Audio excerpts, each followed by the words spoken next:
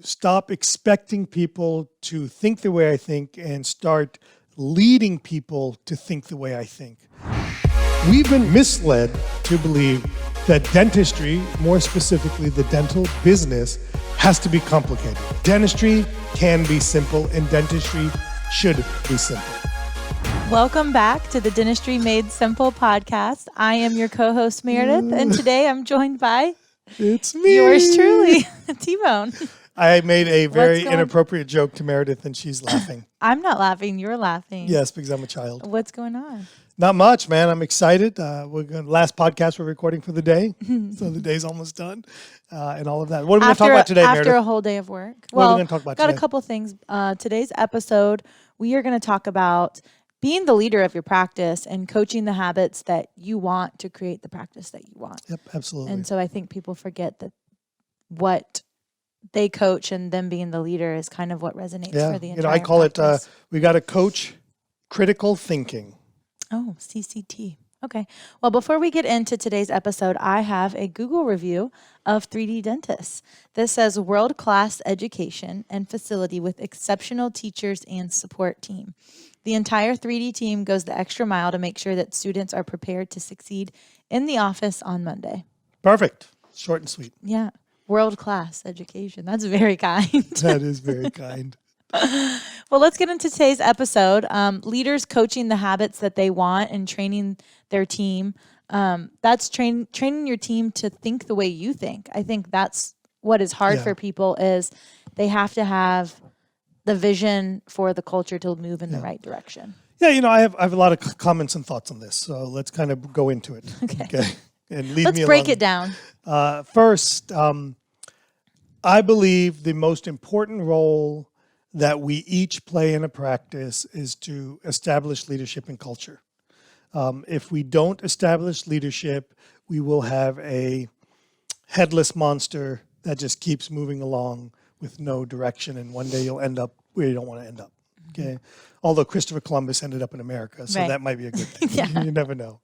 And the other thing that has been very eye-opening for me in the last decade has been to stop expecting people to think the way I think and start leading people to think the way I think. And that has been critically important for me. Yeah. And that's really what I'd like to dive into. Yeah, I was going to say, I think when you realize that people can't read your mind. I don't understand why they can't read my mind. I know, and you get so frustrated with this, but when you realize that, one, they haven't been taught this way, they don't look at things this way, they're not business minded, they're basically looking at what they do day in and day out, and that's the patient. They've always been taught put the patient first and, to do the procedure and move on to the next one. It's hard for them to think in a different mindset. So unless they've been trained or coached to think that way, it's nearly impossible for them to read your mind because you think a different way. You said something important there. You said the word coach. And I think oftentimes we think of leaders as this, out front. Yeah. And really a leader is just a coach. Right. As somebody that's coaching or lifting people up. Yeah. So that way they can lift other people up, right? Yeah. And so really we have to, it starts with having a leadership coaching mentality, okay? Having a purpose of what you're trying to accomplish. And then the real important part is you got to make the time for it. Right. And I think that's where most of us make our mistakes is that we don't make the time for this coaching. And oftentimes, I'm going to give you some examples, okay? Yeah. We try to do this. Making the time doesn't mean setting up meetings. I think meetings are not necessarily the best way to make time for this. I think one of the best things that's happened and why Megan is so effective for me and sometimes drives me crazy is that she's been living in my office, right? And so by living in my office, she's literally hearing everything I do and seeing everything I do, whether I come in and mumble to myself, whether I come in and bitch and moan about something, whatever it is, she's hearing that. And what that showed me a few years back was that really what I should start doing is having people just sit next to me and me having verbal diarrhea and just regurgitate everything that I'm thinking, as I'm looking at the schedule. So I'll give everybody an example. One of the things I went over in the Mastermind was what I think the dentist should be doing. I think the dentist should be looking at 1 day, 7 days, 14 days, and 30 days out on their schedule. And you should have whoever your scheduling lead is, whoever is most in charge of your schedule, whether that's your office manager, whether that's a front office person, whether that's your assistant, treatment coordinator, whoever it may be, that person should be there for that 15 minutes that you look at your schedule 1 day, 7 days, 14 days, and 30 days out, and they should be asking questions, and you should be nonstop talking about what you're thinking when you look at the schedule. Like, what is this? Why is this here? Here's what I need for this. Here, let me write down what this is. Literally, just have them be a fly on the wall as you think, and do your thinking out loud so they can start learning and seeing and hearing from you exactly what you're thinking. That's the best way to get people to think the way you think, is to literally think out loud. And the other way I've done this in the past is with sedation patients. I've done this with our assistants. I'll literally think through a procedure. Why am I doing this? Why am I changing to this drill? Why am I looking at this? How do I know I want viscostat now? How do I know I want Expisil now? How do I know I want these things now? And I literally just talk out loud through all of these procedures. And that to me is coaching. Okay, it's intentional. And that to me, coaching is leadership. Okay, because leadership ultimately is influence. And, you need to influence your people, and you got to coach them. And then, I always talk about critical thinking. Make mistakes. It's safe to fail around me. It's safe to make mistakes. Unless you're Meredith Caroline, then you can't. Especially for Caroline. I was going to say that. I was going to say making it available to come in and sit in your office and say, oh my gosh, listen to what I just said. How could I have said this better? Yeah. But if we didn't feel safe to come say, oh my gosh, I just said this way, we would have covered that up and said, well, nobody heard me. I'll just act like it never happened. But we'll never get better. And one thing people always say to me is, well, I don't have Megan's or Liz's or Meredith's. I didn't either. I said, none of us came trained. Yeah. Megan was right out of hygiene school. Liz was and I was an intern. Yeah. So none of us had any of those skills. We were slowly over time picked them up and were trained and taught and coached. Yeah, and that's about being around, being available, right? And so, like, for example, I'll use an example from Megan today. She said, so tell me where are we supposed to put this 8-unit veneer case? I go, my answer wasn't, here's where we put it. My answer was, tell me what you're thinking. Yeah. Right? Because what I want to do is think about her thinking process, right? And she said, you can skip the monthly meeting. I'm like, well, I don't want to do that. That's not what I want to do. Instead, I'd rather come in on my day off.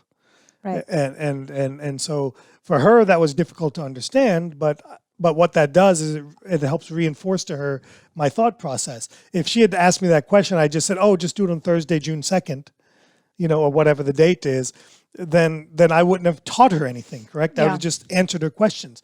So, and for those of you that have been to 3D dentists from courses I lead, I answer questions with questions. Right. Okay, because I want to teach you how to think. I want you to understand the process and the importance of critical thinking. So to me, the job of the dentist, whether you're an associate or an owner, okay, is to lead your team. But before you can lead your team, you got to lead yourself. Remember, you have to be very clear about what you're trying to accomplish. I'm very clear. I want to work 5 days a month. Right. Okay.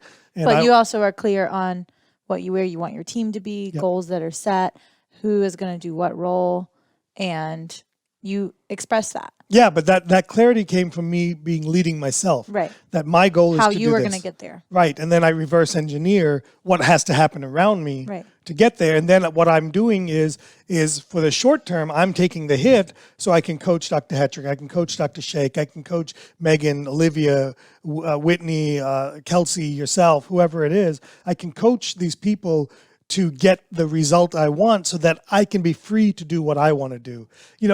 It's very hard to juggle and do all of these things at one time. I can't be doing dentistry and coaching and all of this other stuff. Something has to give. Right. Okay. But when you get the return of having a trained Megan who can see consults for you when you're on vacation or out speaking or doing something like that, it makes the unproductive time more than productive because it is teaching her to do things when you aren't there. Right. And that should be the goal legally because we have a dentist in the building. So part of that process is Megan at this point knows what records we need for hybrids, what records we need for implants, what records we need for cosmetic consults, what photos we need. And so she can gather all this data. Generally can know whether it's a case you Yeah, would be she can, interested in she can knowing. say, she can say, is it a green light, yellow light case? Right. Is it a, red light case? She can kind of get there, so she can kind of prepare the patient, and she knows the costs of these things.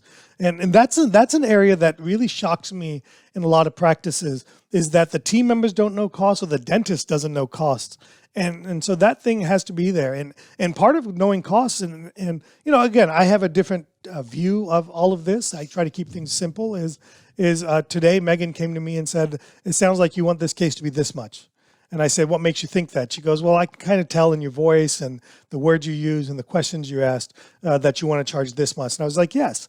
And so she goes, but if I could get this, would you be okay with that? I said, yes. So that's the thought process, right? So that's thinking. I work with the team and say, when we have a case and I want to use the highest end lab, this is our bottom line cost, and here's why. When we have flexibility and the patient isn't that picky, we can use XYZ lab. Then this is the cost. I kind of walk through that. I do this treat, and then that way, if the next time they'll think that way. Yeah, we want them to think that, or I'll ask them the questions. Remember this? Tell me what you're thinking. Tell me how I should set the fees. I'll ask those questions, and that's really the importance of sitting together with people. Is saying, tell me what you're thinking, or like with Megan, and I keep talking about Megan a lot because that's who I deal with. But I'll say, Megan, what are you thinking on this case?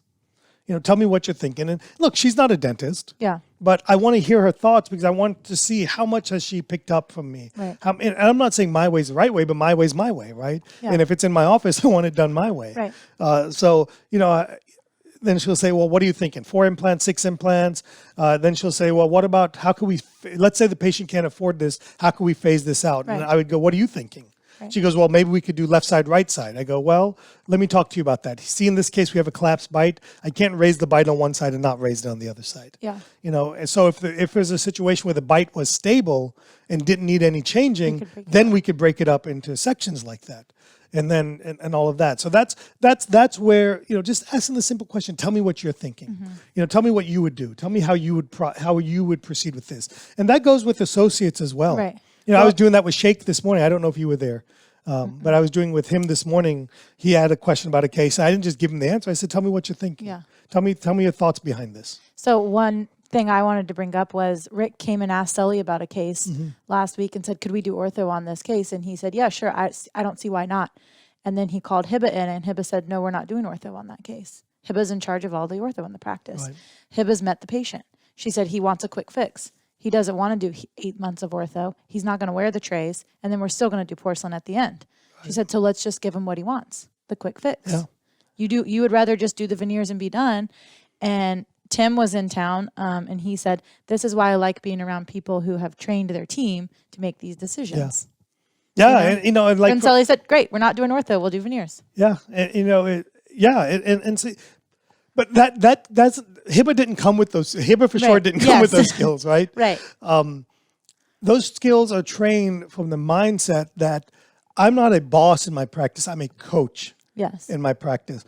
Every moment I'm in the office, every moment I'm around team members, my job is to be coaching. Right. And that coaching doesn't mean that it just means that or you're telling them what to do. I'm just speaking. Yeah. I don't want to say I'm telling them what to do. No, I don't think you're telling them what to do at all. I'm just going through my thought process. Hey, on this case right here, I think we should have done this, this, and this. Next time, let's do this. Remind me of this. Or, hey, what do you think about this? Do you think I could have done this differently? Yeah. I'll ask my assistant this every time after a case. How'd that case go? What do you think? What would you have liked to seen different? And getting that perspective, getting that, and what's amazing, it's this vicious circle, because when you ask people their opinion, then they give you their opinion, right? And then sometimes they give you opinion when you don't want it, but sometimes they come and ask for your opinion. Right. But it's amazing. So, I think what we should take away from this conversation today is that our role as a dentist, okay, first and foremost is to learn to lead ourselves, to get clear about what we want, okay? And then our second role is to constantly be a coach in our practice. You got to be coaching your front office team. You got to be coaching your hygiene team. You got to be coaching your assisting team, and you got to be coaching your sales team, which is your treatment coordinators and things like that. And your associates. And your dentist team, your clinical team. And so you got to constantly be coaching. That's why I don't believe in individual offices. for Right. dentists. I think we should all be in the same room. It's good to hear each other's cases, Yeah. look over them to together. see what they're doing. Like I Right. like to see what is my associate doing when he doesn't have a patient. Yeah. You know, are they talking to each other? Are they not talking to each other? You know, what are they doing? Are they on the phone? You know, where are they at? And that's why Yeah. we're all together. And that's why, if I could, I would keep having more team members live in my office too. But at some point, it's not big It's a enough. little tight. It's a little tight in there. And then more team members come in sometimes, and they Yeah. don't stop talking to And each they other. don't And then fit- when Caroline comes in, it's nonstop talk. Well, and then more people don't feel welcome because there's not enough space for Yeah. the ones. And that's another big thing is your door is an open door policy, and catching up with those team members and on the unscheduled time, Right. I think is what's most valuable, where you just say, just come and sit. Yeah. And sometimes you can pick up on it. You're like, yeah, I'm going to get back up. I'm not going to stay today. But a lot of times that's the best time is the unscheduled time. That's the only time, really. Yeah. Because scheduled time has an Well, agenda. monthly meetings, right. But there's an And we agenda. do some verbiage stuff and that kind of thing. Man, how but many it's times not have the have you guys listening, have you had a conversation with somebody like, man, I wish I recorded that, or Yeah. that was great. I wish everybody heard that. And that's why, at some point we got to start documenting what we're doing. We got to always be recording. We could just put a camera. Oh, you did have that at one time. I was just thinking just a camera in your office just to see the people in and out, and we could make like a time lapse of every day. Yeah, but it's our job is to be a coach. If you want a different result in your practice, coach your team members, including dentists or whoever it is, coach them the habits that you want them to have. And that starts with you just talking out loud of what you're thinking. Sometimes maybe you shouldn't, but most of the time you should. So. Yeah, making that clear. Anything else, Mayor Bear? No, I think if you are looking to become a better leader and you want to get clarity of what you want, our 6-month coaching program, the 3D Mastermind, would be great for you. You can apply at 3d-dentist.com/application. And if you feel like you're already the leader that you want to be, but you're clear on what you want as a leader, but you're having a hard time relaying that to your team, our 3D boot camp would be a great place to bring your team. Yeah, and if you're ready for clinical expansion and you want to add sleep apnea, do better orthodontics, dental implants, oral sedation in your practice, don't forget 3D Dentist has amazing clinical programs to help you grow your revenue engine in your practice. So thank you guys, and we will see you next week.